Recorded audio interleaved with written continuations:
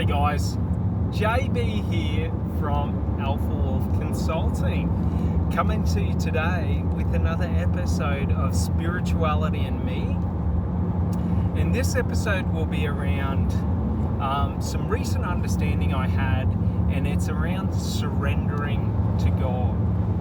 So, surrendering to God, okay, means when I feel lack, when I feel fear, I have a conversation to God and say, look, I feel this way, but I don't want to feel this way.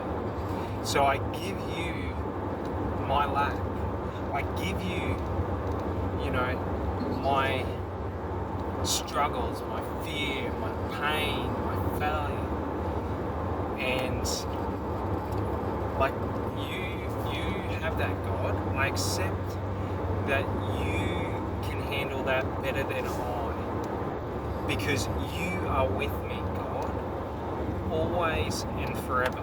So that's the thing I always realize in struggle, is that God's always been there with me. My ancestors have always been with me. Everyone who's ever lived life, the universe, has always been with me. Einstein said we have the choice to live in a hostile universe or a friendly universe. I don't need fear when I understand that God is with me always and in everything. I am God. You are God. If I am with me, God is with me. Do you understand? So what we have to learn to do is to trust and say to God, I give you my fear, I give you my lack, I give you my struggle, and I am listening for the path and ready to work. Show me the direction and I will work without fear of failure, without fear of lack, without fear of struggle. I will have no fear, for I know you are with me, guiding me. And in understanding this, we're able to let go of our fear.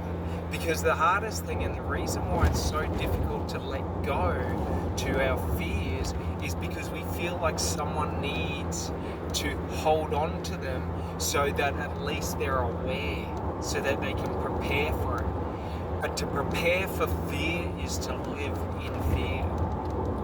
So an important thing to do is to understand that, life's purpose, or your life's purpose, or my life's purpose, is a conscious choice we make and declare to God, the universe, life, our ancestors, all those who have come before us, that this is where I make my stand, this is where I plant my flag, and I am only moving forward from here. While I may fail and fall, I know you're there to pick me up.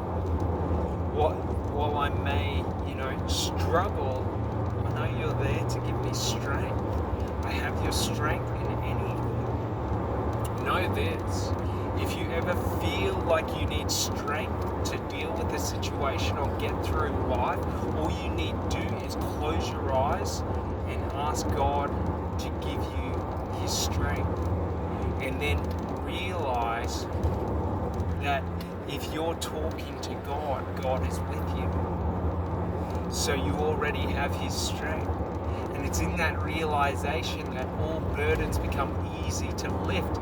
The reason Atlas holds the heavens above his hands is because he knows God is with him. God gives him strength. God is the universe. God is Atlas. God is everything. So everything has the power of God, the strength of God, the will. So understand this, all actions are guided actions. How you treat others is how you will treat yourself after this life. If you're cruel, mean, and predatory to people, you will experience the cruelest vilest, meanest, predatoriest behaviors and actions perpetrated against you in death. Those who only ever seek good of others can only ever expect the good of others in death. So if you perpetrate in life only ever good deeds to others, and you look to empower and uplift people and make them happy and inspire them instead of controlling them, in death you will feel every one of those actions you put out. Do you understand heaven and hell? Heaven is experiencing every good deed, every courageous thing, every empowerment you gave. Hell is experiencing all those negative, bad things that you have done in life to others, and then experiencing it from the weakness and the vulnerability of others. Know this, in hell, you have no strength. You are the prey to every predator. In heaven, you know no bad, for you are the action that empowered everyone. Like, you've got to understand how we treat others is how we treat ourselves subconsciously. And our subconscious mind operates at higher speeds than our conscious mind is aware of. So we're unaware of it. But we can discern how our conscious mind is by how we feel about ourselves, the actions we take, who we are, who we aspire to be, what we value in life, right? To pursue hatred in life, isn't as negative as it is in death. So we got to understand that part of life is the realization that we are just simply God experiencing himself, herself, itself. However you want to describe or depict God is how God is to you.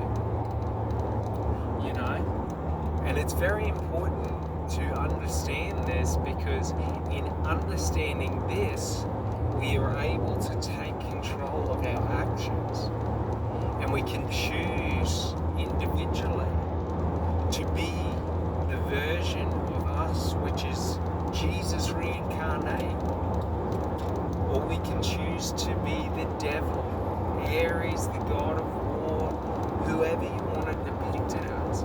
We can perpetrate hatred and malice and aggression and anger throughout life, or we can uplift those that others shun, like Jesus did.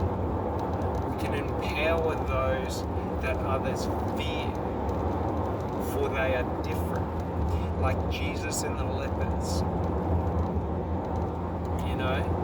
All the town folk, all the city folk hated the lepers because the lepers were different and they feared the disease. So they treated them with malice. And what Jesus showed is you don't have to fear the negative in life.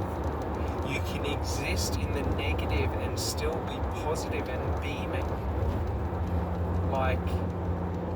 That's the thing. That's the understandings that Jesus tried to embody to us, is that he is just a man who is the Son of God, which makes him God. The reason he could convey miracles and do miracles and create miracles was because he believed he had the capacity to. And when we get into quantum physics, we can understand how quantum entanglement can make this a reality. So you've got to understand, Jesus was just a man who spoke with God and realized he was God reincarnated, and that all men and women were God. Even the prostitutes, even the beggars, even the lepers.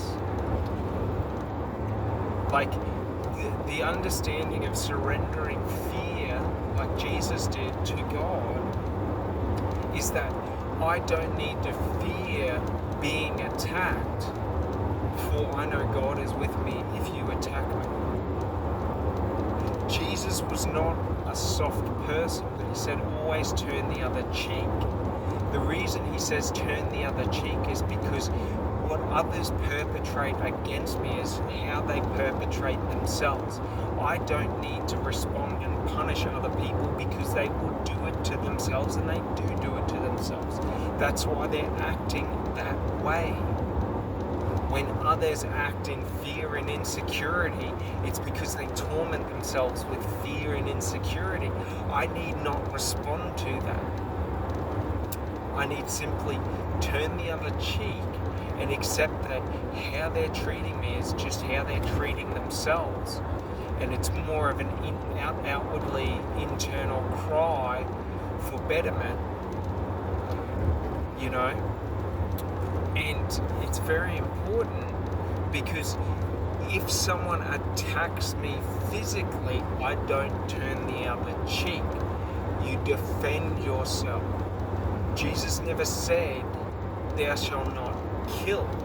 He said, thou shalt not murder. To murder is to kill someone, okay, where there is no need. If someone decides that they want to perpetrate hatred, prejudice, and anger and aggression towards me and try and attack me, I have to defend myself. For God helps those who help themselves. If I defend myself in a righteous way, God will always be on my side. If I act against my internal nature, and I act against how I wish to act, so for example, I give into, vengeance, and, I seek to extend pain and to perpetrate additional terror, then that is what will be perpetrated against me by me. So if I want to live a peaceful, calm life, I must be peaceful and calm until aggression and anger is the only result.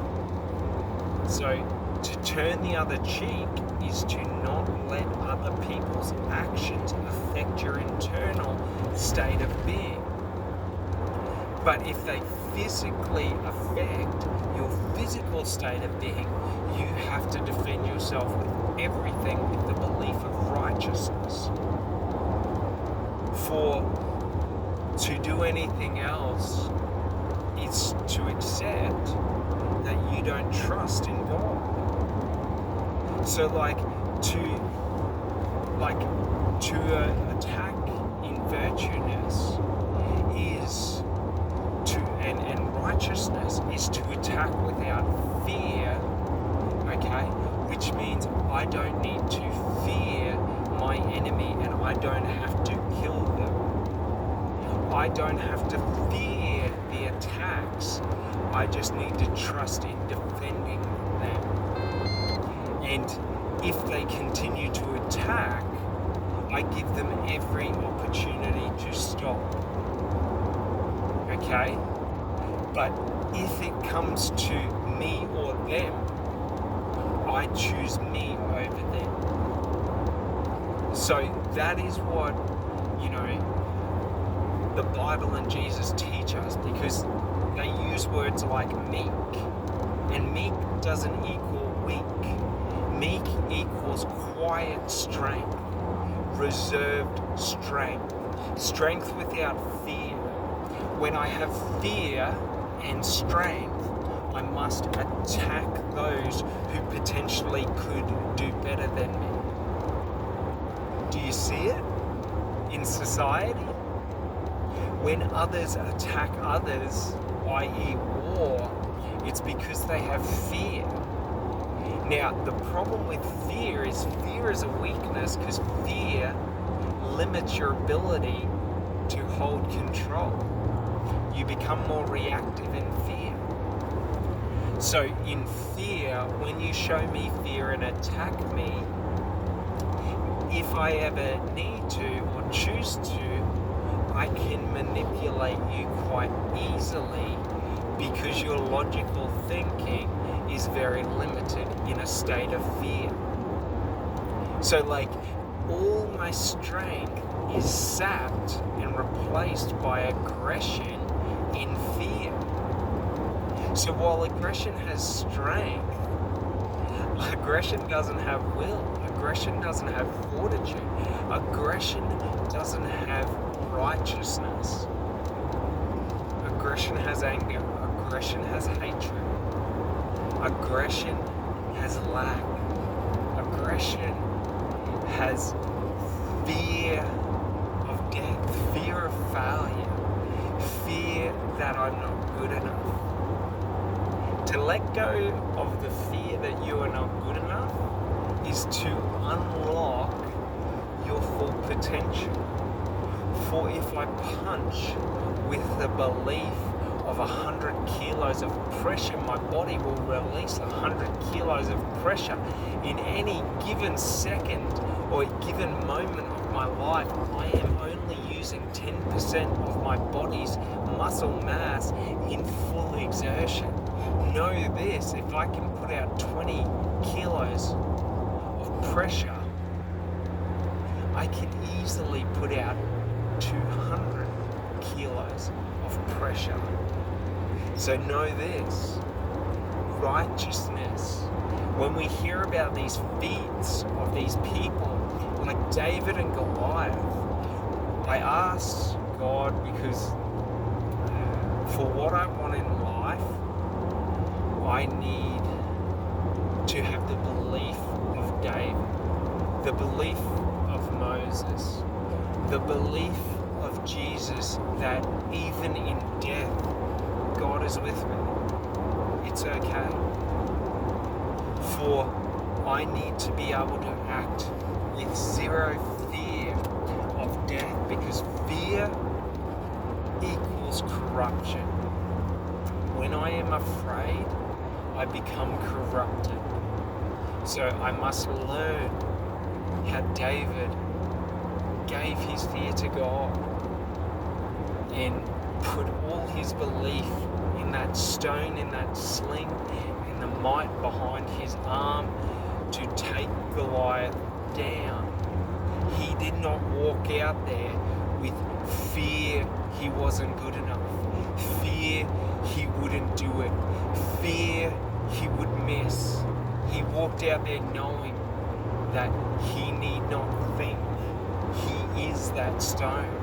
That stone is the manifestation of God's will for justice.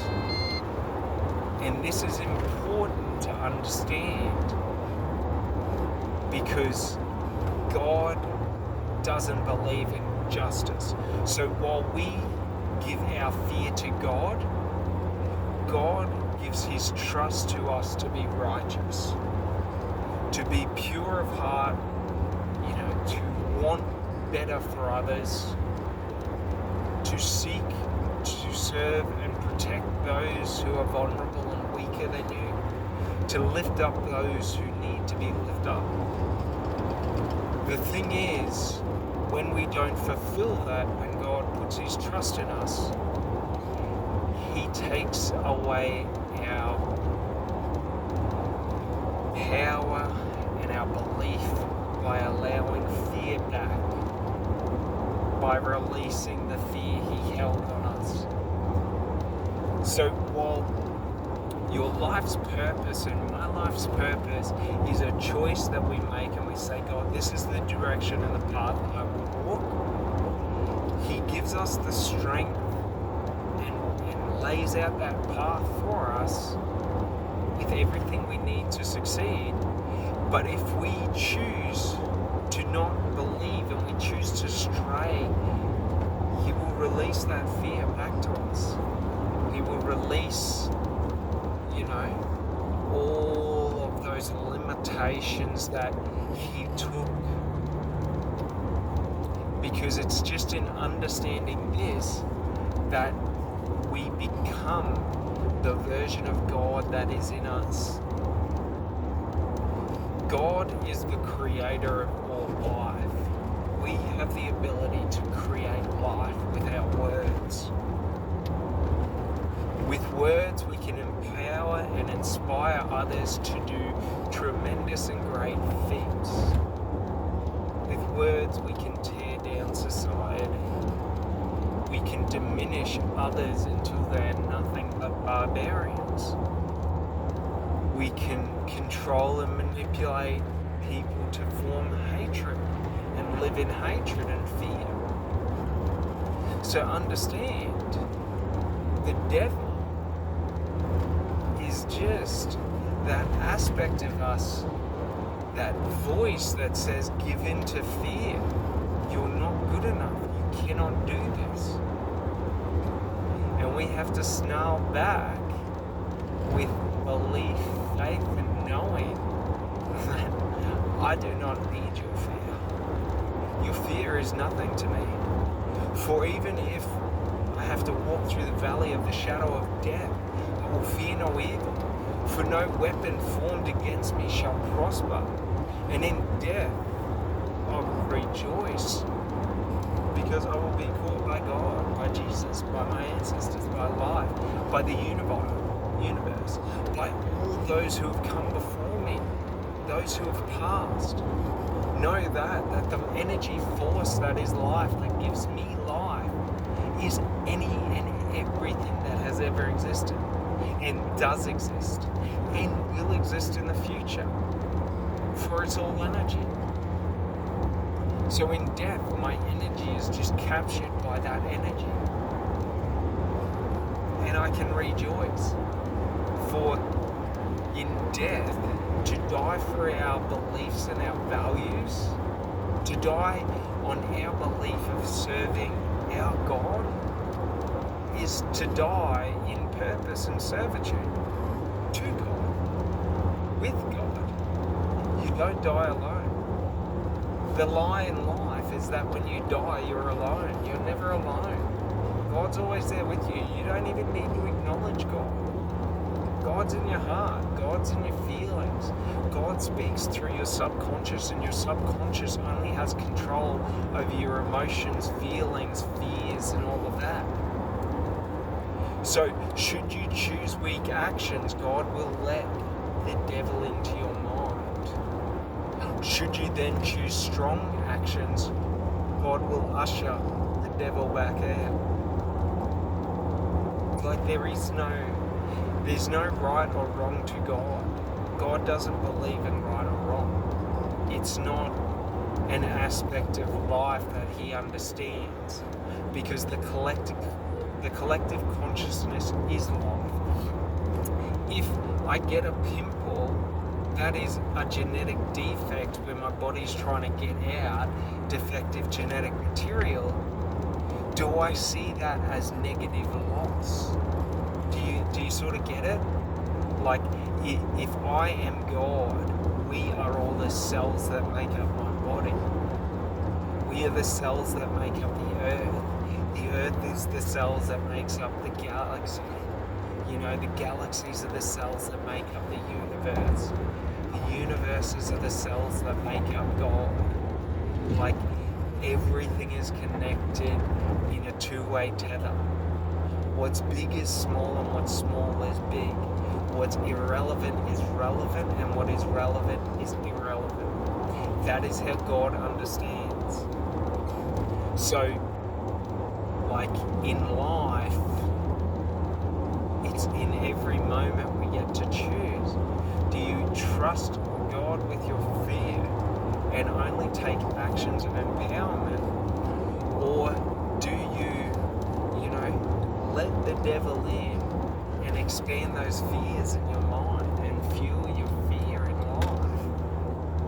And try and, fight your way through a hostile universe. Brian, I think his name's Brian Bogart, I spoke to him a couple of years ago. He's a very inspirational fella. He got run over by a truck when he was, I think, 11 or 7 and nearly died, and like his body was disfigured and he had to work through and rehabilitate himself. And he told me this thing where he had to come to a point with his pain, with his anger, with all of that, to where he just surrendered. You know, if he was, you know, feeling negative and that made him and his wife have a negative conversation or a negative connection, like he had to learn to let go of the negativity and just surrender. And when he told me this, I didn't quite understand, because I couldn't see the grasp I had on the negativity and the anger and the stress and the fear in my life. I held on to the fear like a shield. But the fear was like a shield that disappears when threats arrive. And I didn't realize this until I really started, you know, talking to God, and God explained it to me, was that when I try and use fear as strength in life, when I'm presented with something that causes true fear or more fear in me, my fear falls away in the context of that shield falls away, and my protection looks like non-protection. So when I fear other people attacking me, if I walk around with this aggression, when someone confronts me, I will feel like that fear of being confronted will cause that aggression to fall away, and that shield of aggression will fall away temporarily, and I will feel exposed and vulnerable and scared. Do you sort of see how we have to surrender our fear to life in God in everything? When I walk down the street, I don't want to have to walk down the street fearing an attack, fearing negative people coming out and trying to victimize me with predators. So I give my faith to God that God will protect me, and, you know, in the moment that someone attacks me, I will have the fortitude and the willpower and the strength of God, because I have no fear. I don't need to fear the other person, for there is nothing that they can do that would cause fear to me, because in everything, God is with me. So it's this understanding that in life, in every moment, I am connected to life. Life is with me. In every moment, I am experiencing the universe. The universe is with me throughout life. You know what I mean? When we die, our energy doesn't die, it dissipates. So all the energy around me is my ancestors and all those who have come before me in life, and all the animals and the plants and consciousness. Like, it's everything. So, like, I don't need to fear in death of being separated from anything, because I am fully always connected to everything, because I am everything. I am the one who attacks me. Why would I fear attacking myself? So that's a key thing, because in fear I cower. In fear I become compromised. In fear I lose my faith. When I believe and I have faith that God is with me, and if this is my time to die, it's my time to die. And I die smiling. In death, I die happy. I die without fear. I die with God. If I die in fear, I still die with God. Like, God doesn't care if I'm in fear or not. Like, I'm doing that to myself. Do you get it? Like, God, the universe, right? The omnipotent creator of all. okay, wants me throughout life to experience life and understand that there is nothing to fear in life. That I don't need to fear lack, because all I need to do is ask God for abundance. Why was God able to feed 5,000 in the desert? Because Moses said to God, how can I feed people with 12 loaves of bread and, 2 baskets of fish? So, God said, all right, this is how much you need. But we don't do that. In life, a lot of us are like the slaves in the desert, sitting there bickering and giving into fear. How can this happen? What can we do? How on earth could that ever feed us? Bickering and bickering and bickering, and just feeding the fuel of fire, like the fire of doubt and fear, and God's just sitting there waiting for you to ask. So we all got to surrender our fear, so that we understand that it's a two-way sort of communication, in the sense that if we surrender our fear, God gives us His strength. God gives us His, fortitude, belief. And that is how we can walk like Moses into the Pharaohs and demand that they let their people go. How Jesus can walk into the lepers and fear no disease. How Jesus can walk into a known trap, to known death, and know that in death He is reunited with God. Like, do you get it? Like, God is just our consciousness. Like, that is our connection to God. That is our part of God, is the consciousness. So, like, the thing is that, like, in death, our consciousness is a frequency. It just goes back to the collective consciousness. And in science, we are figuring this out. But it is soon to be that people will realize the connection between spirituality and science. That spirituality is the science of experience.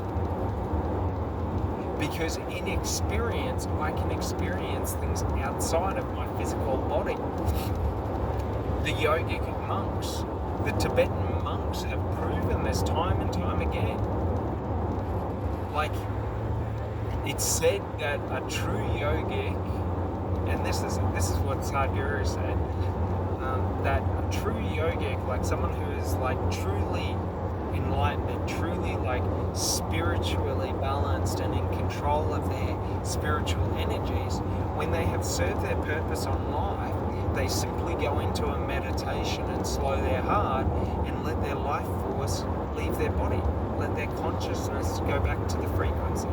They shut off the transmitter that picks up the conscious frequency, which is quite crazy. Because the thing about this, right, is that we have documented proof of this. There is a yogic, I think it was back in either the 50s, 60s, 70s, or 80s. I don't know exactly when, but it was black and white. But there's recordings of him where they did an autopsy on his body after death and found no cause of death. He just simply ceased to be alive. And he did it willingly, and he embraced it because he realized in death we just cease to be a singular form. So when my singular form has sort of served its purpose, I have the choice to leave, like Earth. And the reason for this, that the yogics believe this, is because if we try to continue on after our purpose, and this is why you find that when people retire in life, they tend to deteriorate in their health and their mental aptitude, and then they die at an earlier age, than those who continue to work until death. So the thing is in life, when we lose true purpose, we sort of lose the willingness in our subconscious to continue upkeeping like our functionality. So like, for example, people who are severely depressed and feel trapped by life tend to limit their abilities in life. Do you sort of get it? Like they can't learn, their physical form is in bad shape, they can't work, they have no social skills, no people skills, because when we give up in our mind, when we make the decision that we don't want to be in life anymore, that we don't want to experience life, we sort of start checking out and shutting ourselves down. And it's a really sad thing, because you see this in some couples where in the relationship the death of one partner sort of destroys, and it's usually in older people. But it's sort of like after my grandma died, my pop sort of started to lose his care for life. He sort of just accepted shit was going south and didn't really give a fuck to continue on. Literally his stomach burst and he's like, fuck it, I don't want to have a catheter. You know what I mean? But he was, he was pretty funny, but yeah, basically he had 5 days. And it always confused me, because what I didn't understand is how can you get to that point where you're just I'm okay? Because back then I sort of saw life through the eyes of an atheist, where death meant nothing. Death meant disconnection from the universe. But in death, I'm still connected to the universe. So the thing is when we sort of get to that stage where we sort of don't really see a point to living anymore, God sort of unlocks lessons and learnings around preparing us to move on energetically. So it's sort of why you can hear in a lot of elderly people, they say they see Jesus, or they say they see angels and all these different manifestations of deities close to their death. And they always recount, a feeling or a sense of peace, that it's okay. And this is sort of because the angels and Jesus and all of that are speaking to them, but the only way that we can hear them is through our subconscious, and our subconscious controls our emotional states and our feelings. So when you feel that inner peace, and I've had a couple of experiences with this in life, and one was that when I was 18, I didn't really care to service my car, so I went 2 months without a service, without any oil in my engine. I went a month without oil in my engine, and I was crossing this highway, and it was 110k zone, and I was crossing it to go to my dad's, and my car stopped in the middle of the 2-lane highway, and there was a car hurtling towards me, and basically I had about 5 seconds until it hit him. It probably would have been 10 to 15 seconds, but basically I had 5 seconds before basically nothing I could do would get me out of it. And I was sitting there, and panic and fear started to take over me. And then I felt a hand on my shoulder, and all I heard was, "It's all good, don't stress, don't worry." And then my engine kicked back in, and I shot over the road. And it was a funny experience, because while it was God, it didn't feel like God. It felt like a past ancestor, a family member, just saying, don't stress, we got ya. You know what I mean? And you think about it, in life, what would we do for family? Anything. So in death, if we saw family in need, we would rig the system, i.e. my engine, to kick back in and give me, and like basically 2 or 3 seconds after I sort of started going, a car went past me, it was blaring its horns. Like it couldn't stop in time. Like, and it was sort of like, I would have been T-boned at 110 by a 4-wheel drive. You know what I mean? And it's like, after that, I had a phobia and a fear of highways, crossing highways and turning out into traffic. Because I always feared that, like, you know, my engine could seize, or that something could happen to where, you know, like, you know, I would just be unprepared in a bad situation. But like, you know, throughout my life, I've been in so many situations to where, like, one time I was out surfing on Alex Beach on the sunny coast. And it's so funny because, like, I don't like being around other people when I'm learning. I like to focus because other people it's too many variables being around other people. So I always tend to surf about 25-30 meters away from people. Because I just like to do my own thing, be in my own space, because it helps me focus better. And there was about 40-50 surfers out with me this morning. And I'm sitting there and it's sort of like, it's a bit choppy. Waves, like the sets aren't coming in good, so I'm just sort of hanging out.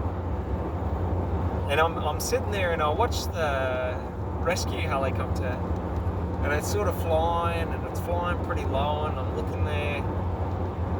And then it does a U-turn about like 100 meters down from me and starts coming back. And I'm sort of watching it and I'm like, oh, that's a bit strange. Maybe there's something in the water. And I'm not thinking. And then about 30-40 meters out from me, it starts hovering, like maybe 5-10 meters off the ground, off the water. Now, the only reason that the helicopter pilots do this is because they're hovering over a shark, and what they're trying to do is disrupt the water so it blinds the shark's senses. And I'm sitting there and I'm discussing this with myself and just saying,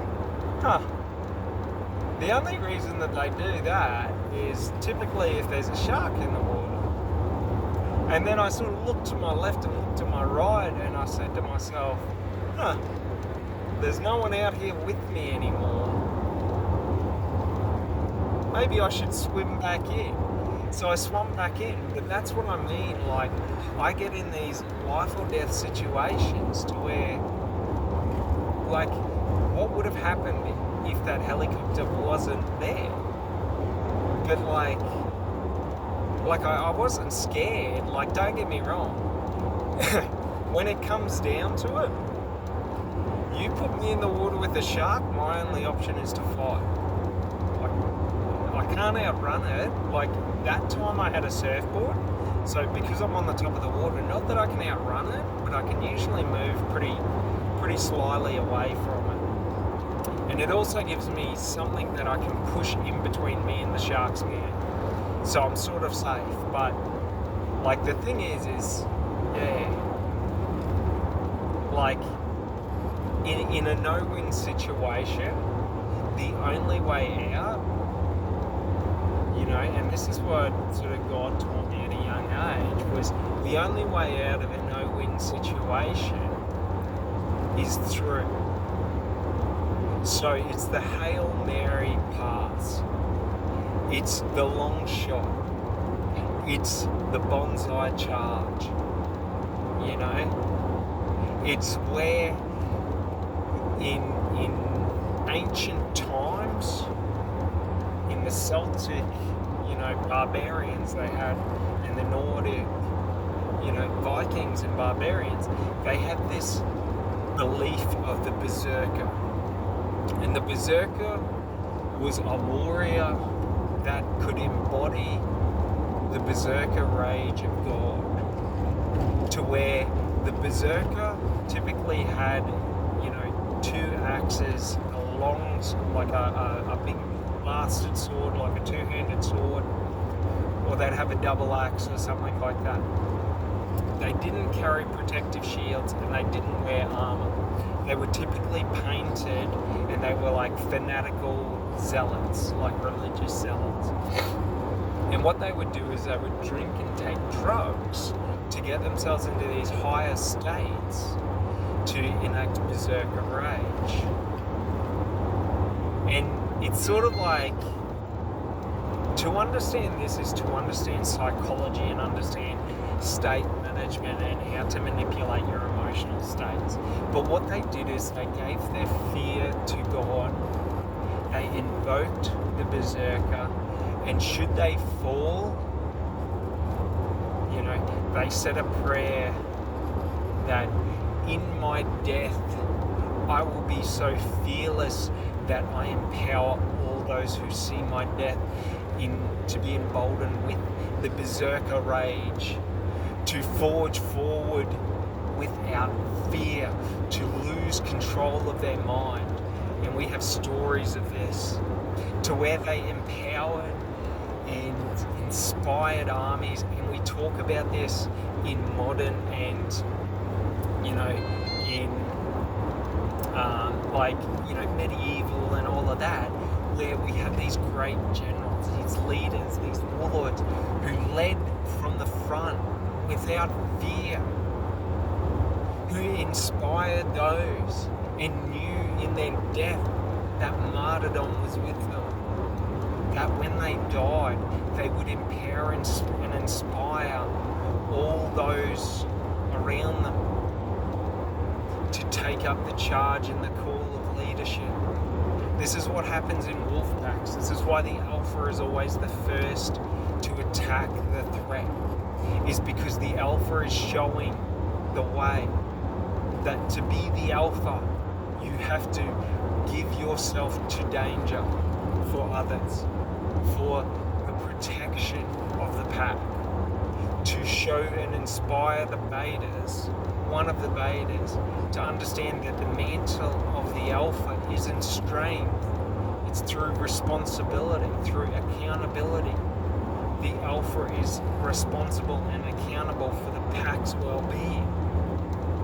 Therefore, when bears try and attack the pack and encroach on the den, the alpha is the first to charge and sets the tempo and empowers the betas into the attack. For if the betas had to stand alone, they would stand stalled in fear of making the first move. To be the alpha means in danger and in challenge and in a no-win situation, you are the first to charge. Even if you're the only to charge, you charge as if the army is behind you without fear, and you seek to empower in your death just one man to rise, for he will take up the mantle of greatness. So like, we gotta understand that, like, in war and in battle and in, you know, the worst aspects of life, it's all about surrendering to God. When life puts you in a no-win situation, give God the fear, the doubt, all of it, and just take the strength from Him, take the fortitude, take the will, take the righteousness. And what you want to do is you want to understand, if there is no path but forward, I shall move forward. Regardless of what happens, no weapon formed against me shall prosper. There's a sort of something that happened in Sydney a couple of years ago, maybe 5 or 8 years ago. There was a man and a woman having like a husband and a wife or a boyfriend and a girlfriend having an investing in the streets. And the husband was, threatening the woman with a gun and threatening to shoot her and all of this. And I don't remember his name, but it was one or two guys. And they saw this unfolding and they saw this woman being terrorized, about to be killed. And they chose to run. And one of them died, the first who chose to run.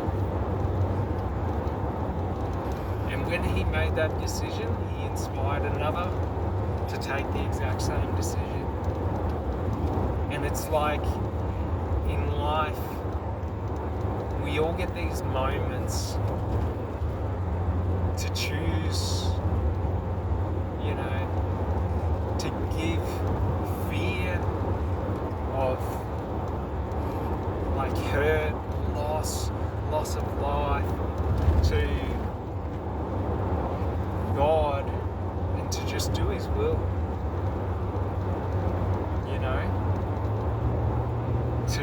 and there's another story, and it's this Navy SEAL and he's got a foundation where they go into war zones and provide medical aid and extractions and things like this.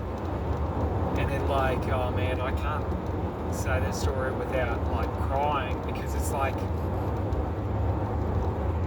to have the courage to walk into certain death, to show someone that they're not alone,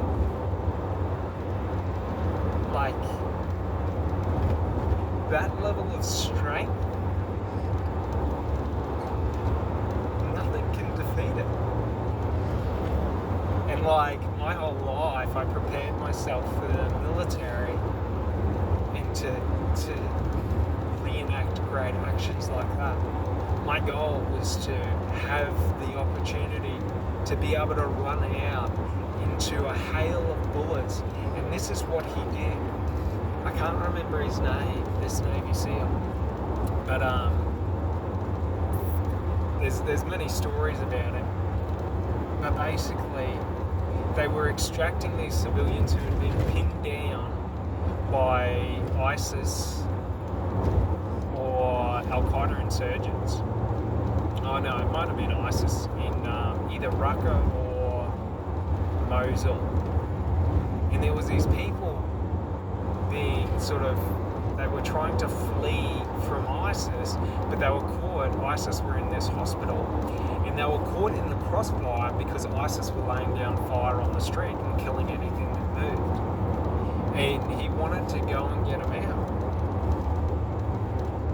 And the military said, we can't. It's like we can't lose people to that. Like we can't ask people to go in there and die.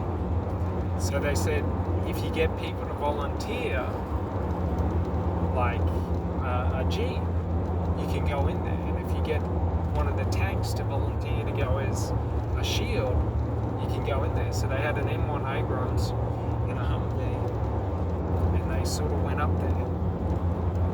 And then basically the tank came into fire and basically took up a position, a blocking position, and they were unloading them. And there was one man who got like hit and wounded, and he was out on the street, and they were shooting at him. They weren't intentionally trying to kill him. They were trying to provoke the soldiers to come out and try and save him, and they were trying to kill the soldier. And knowing that there was nothing he could ask anyone else to do, he ran out there. And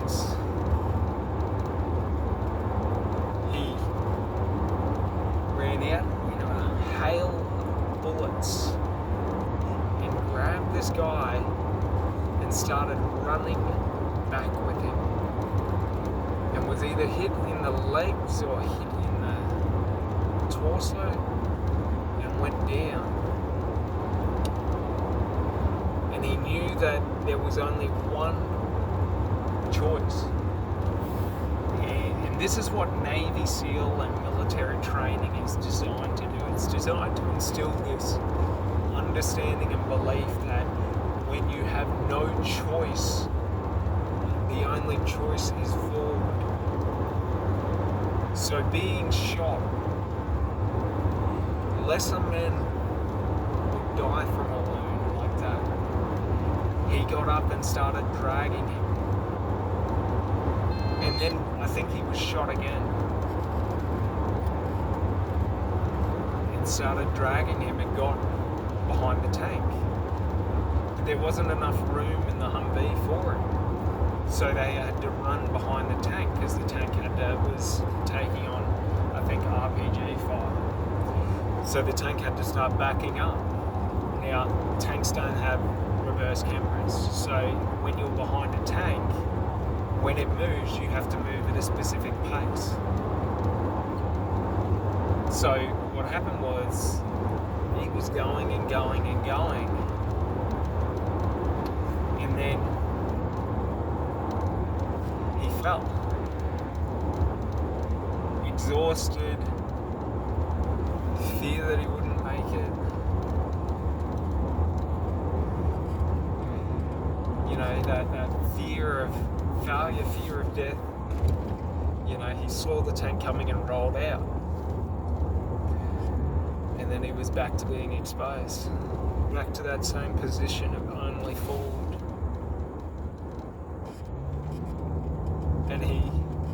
And this is what true strength is. When you have nothing left, when you are at your point of breaking, your point of giving up, lesser men would have given up.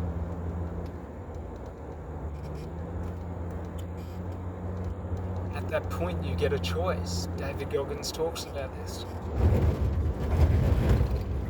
This is what the military teaches. It breaks you to rebuild you, to show you that when you are given that choice, you stand and you run and you keep moving forward regardless of anything that happens. Lone survivor. I don't remember his name, but he had no option for days but to keep moving forward. No option. And this is the thing, you look back through history, there are so many great men that in the moment of fear of death, they reach into their heart, into their chest, and they pull out any weakness and throw it away. And they say, no, not today. There's a motivational speech called The Warrior, and the devil said, you shall not withstand the storm. And the warrior replied, I am the storm. To understand this is the realization that all warriors face in the face of imminent death. True warriors grasp this, that in death I am death. I will not fear what I am. And I have no choice but to survive. I am survival. Many, not only warriors, but, those in life who push themselves come to this understanding that when the chips are down, when everything's against me, I have no choice but to invest in me. For if there is only a storm in front of me, I am that storm. And I do not fear what I am. For I know what I am. And as a warrior, I know not to fear pain. I know not to fear death. I know weakness, not to fear down, for they are the fears that break most men. But to be a warrior, I have to look death in the face and accept those fears as being my reality. The Marines have a sort of a saying, and it goes back to World War II in some battle. And their saying is it's like, Marines, hell, we just got here. Like, what it entails is, in a battle, it was a no-win situation in World War II. I don't remember that battle exactly. But basically, they were sent into a no-win situation. And while others and lesser men wanted to care and fear, the Marines said, "No, we've only just got here. Let us get to work and we'll move forward. We haven't reached our breaking point." For the Marines are the shock troops of the Army of America.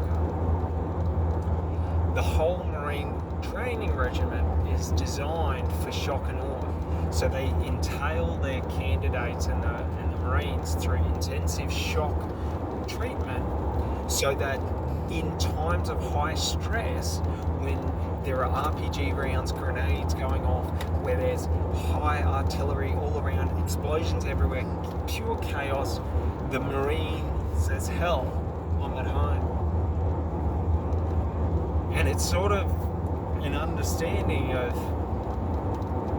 the military's whole goal is to prepare for every situation and environment and circumvent, so that they can predict and get you used to and able to respond.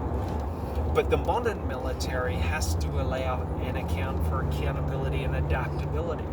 People have to be able to move and flow with the data on the ground. So, but in life, right, we don't have to prepare for the worst. Give the worst to God and say, "God, if the worst happens, I know you can handle it. I'm not going to fear it. I'm not going to stress. I'm not going to work on trying to fix it. I'm going to just let you fix it, and I'll work on getting everything else right. I'll work on what's inspiring me. I'll do the work that's required to move and progress this purpose forward." You handle the fear. You handle the financing. The best financial manager you'll ever find is God. Give your fear of financial concern to God, and you will never fear lack of finances again.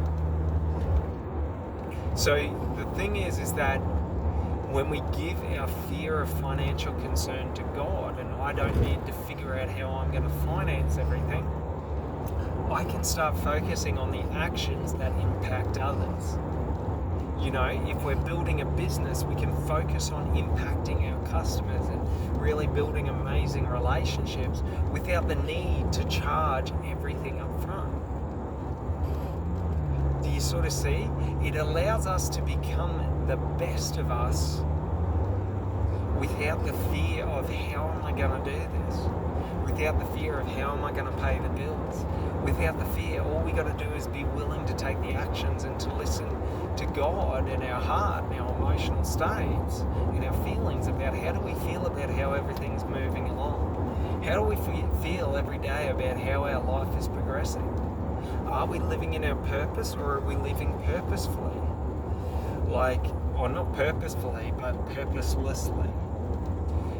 Are we living our life without meaning to us? So not overall, because there's no universal meaning. God has no meaning.